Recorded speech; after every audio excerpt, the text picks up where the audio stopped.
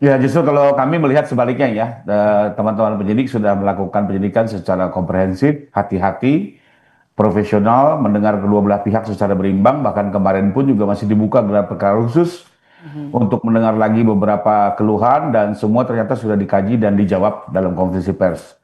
Dan satu Oke. hal lagi justru di terakhir-terakhir ini kami melihat malah terjadi ada upaya penundaan gitu ya. Perlambatan yang dilakukan oleh para tersangka, di mana salah satu kekecewaan kami adalah pada saat pemeriksaan tersangka berjanji akan mengajukan saksi dan ahli. Mhm. Setelah lebih dari sebulan tak kunjung juga diajukan, bahkan malah meminta gelar perkara khusus. Sehingga buat saya ini justru ada upaya menunda-nunda, memperlambat gitu ya. Sehingga memang sebaiknya adalah berikan kesempatan Ada terakhir untuk upaya mengajukan mengulur ya? Oke. betul, terlihat sekali karena sejak pemeriksaan tersangka sebulan kemudian tidak ada satupun saksi dan ahli yang diperiksa gitu ya. Oke. Saya nggak ngerti persoalannya di penyidik atau di apa namanya ahlinya itu sendiri ya. Tapi bagaimanapun waktu terus berjalan, ini sudah mau berganti tahun, mau kapan lagi dijalankan, sehingga kemarin pun saya minta ini semua sudah cukup clear, Ombudsman juga sudah melihat, Wasidik termasuk juga Mabes Oke, oke. juga sudah melihat bahwa ini Juga sudah sudah oke, tangkap. tinggal lanjut Mhm. ke persidangan. Dan satu hal yang cukup menarik, yang dilempar kemarin digelar juga sebenarnya sesuatu yang tidak berkaitan. Contohnya membahas perkara di Mabes, Mhm. membahas Oke. perkara ada laporan yang tidak masuk. Jadi tidak ada hal yang substansial dan menurut saya apalagi sudah kemarin ijazah dibuka Yang ya, dicatat adalah upaya untuk mengulur-ngulur maka waktu ya. Saya mau ke Bung betul, Hozin. Dua permohonan kubu Anda kan sudah dipenuhi penyidik. Yang pertama adalah soal gelar perkara khusus, kemudian kedua diminta untuk memperlihatkan ijazah asli. Tapi kenapa kubu Anda masih ribut malah sekarang bergeser lagi ke soal pas foto? Banyak yang menilai ini adalah upaya untuk bisa mengulur-ngulur waktu. Jangan dijawab dulu, tetap bersama kami. Kami akan kembali usai jeda. Sama saya Maido Pelfrina di Kompas Petang, saya masih bersama dengan kuasa hukum dari Roy Suryo CS dan juga kuasa hukum dari Joko Widodo. Bung Hozin, tadi kita terputus soal dua permohonan kubu Anda kan sudah dipenuhi ya. Yang pertama tadi soal gelar perkara khusus, kemudian juga permintaan untuk melihat ijazah asli. Tapi kenapa kubu Anda ini masih ribut, malah sekarang bergeser lagi ke isu lain soal pas foto. Banyak yang menilai ini adalah upaya dari kubu Anda untuk mengulur-ngulur waktu.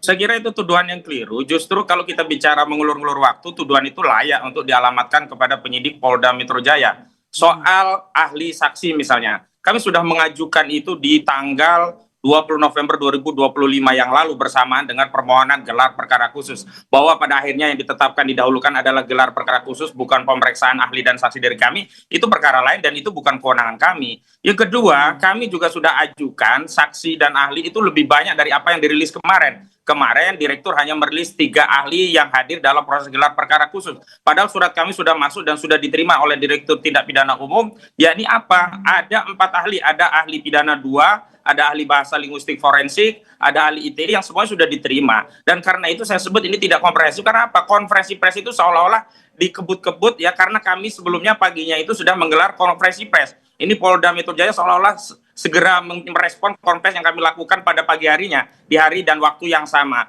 Dan saya kira soal bahwa ada masalah dalam bukti yang kemudian ditunjukkan oleh penyidik, itu adalah hak bagi seorang tersangka untuk mempersoalkan bukti-bukti, diantaranya adalah masalah kontrasnya foto yang ada pada ijazah tersebut. Dan sampai hari ini ketika kubu Jokowi menyatakan ijazah itu asli, saya dalam konferensi pers kemarin kami dan kawan-kawan menegaskan, belum ada kesimpulan secara hukum yang menetapkan itu ijazah asli, karena pada faktanya itu baru gelar perkara khusus yang baru mengatensi apa yang menjadi permohonan kami, bukan dalam konteks untuk memeriksa berkas dan dokumen. Dan kami tegaskan ya 700 dokumen itu bukan dokumen untuk membuktikan bahwa itu nilai akademik Jokowi sah, enggak, itu 700 dokumen keseluruhan bukti yang disita yang tidak saja berkaitan dengan saudara Joko Widodo. Karena itu ada statement-statement yang menurut saya bias, yang itu seolah-olah menjadikan publik boleh yakin terhadap kehasilan absah atau ijazah dari Jokowi itu tidak bermasalah begitu. Bung Refai, tanggapan Anda?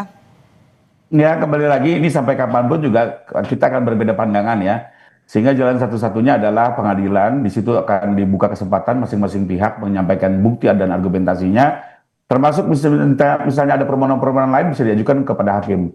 Paling tidak ini terus terjadi progres dan memang ujungnya harus persidangan. Satu hal yang saya mau sampaikan bahwa terkait panggilan yang disampaikan tadi Bang Hozin, sebenarnya sudah dipanggil berkali-kali ya Bang Egy ini gitu ya. Bukan berarti tidak kita mengabaikan haknya, tapi kalau tidak datang terus ya nggak mungkin juga perkara terhenti kan.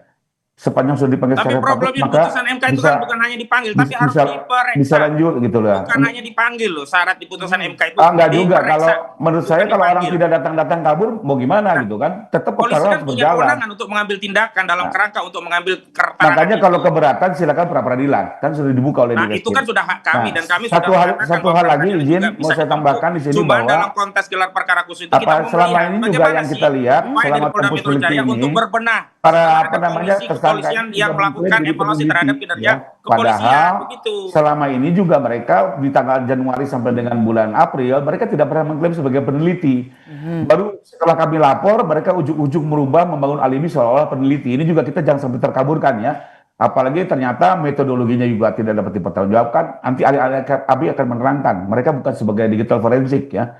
Termasuk juga kalau mengklaim sebagai peneliti, bagaimana mungkin mengeluarkan kata-kata rusang kambangkan Jokowi, asingkan Jokowi, bahkan gantung Jokowi. Ini kan sesuatu yang menurut saya kita jangan terkaburkan lah dengan alibi peneliti. Saya Ini pikir semua itu kan konteks yang lain ya. di Objek persidangan utama aja adalah semua. keaslian atau Selesai, tidaknya tertentu. ijazah tersebut. Maka fokusnya adalah apakah menyatakan ijazah palsu itu adalah sebuah pencemaran atau fitnah atau tidak. Maka balik lagi apakah dokumen itu asli atau tidak. Jika ternyata nanti dokumen itu memang terbukti palsu, maka tentu saja tidak ada pencemaran dan fitnah pada kasus ini. Saya kira begitu. Tidak perlu Sebaliknya kalau diperluas terbukti asli berarti pada tidak pidana persoalan-persoalan yang sempurna sebenarnya tidak kan. berkenaan dengan Makanya masalah kembali ijazah lagi palsu ini begitu. kita bawa saja ke Oke. sidang. Tapi kan daripada sudah berdebat lihat, sudah kusir. ditunjukkan ya pada Sudah, saat sudah gelar perkara ditunjukkan. ya.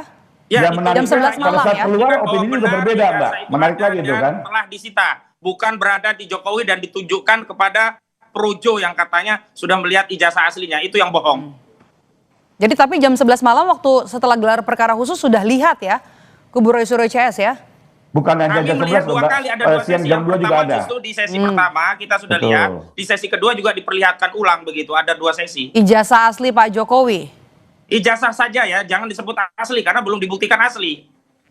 Oke, saya mau ke Bung Rifai. Rekomendasi hasil gelar perkara khusus yakni status Roy Suryo CS tetap tersangka dan juga pemberkasan dipercepat untuk kepastian hukum. Apakah kemudian kubu Anda melihat akan ada penahanan Roy Suryo CS?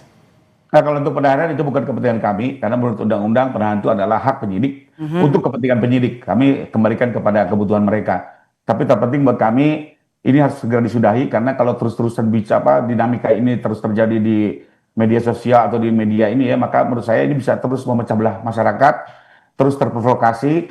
Alangkah baiknya semua dibuka dalam persidangan yang terbuka untuk umum di forum yang tepat gitu. Jadi agar semuanya terarah, Mbak. Karena kalau begini nggak pernah ada kepastian.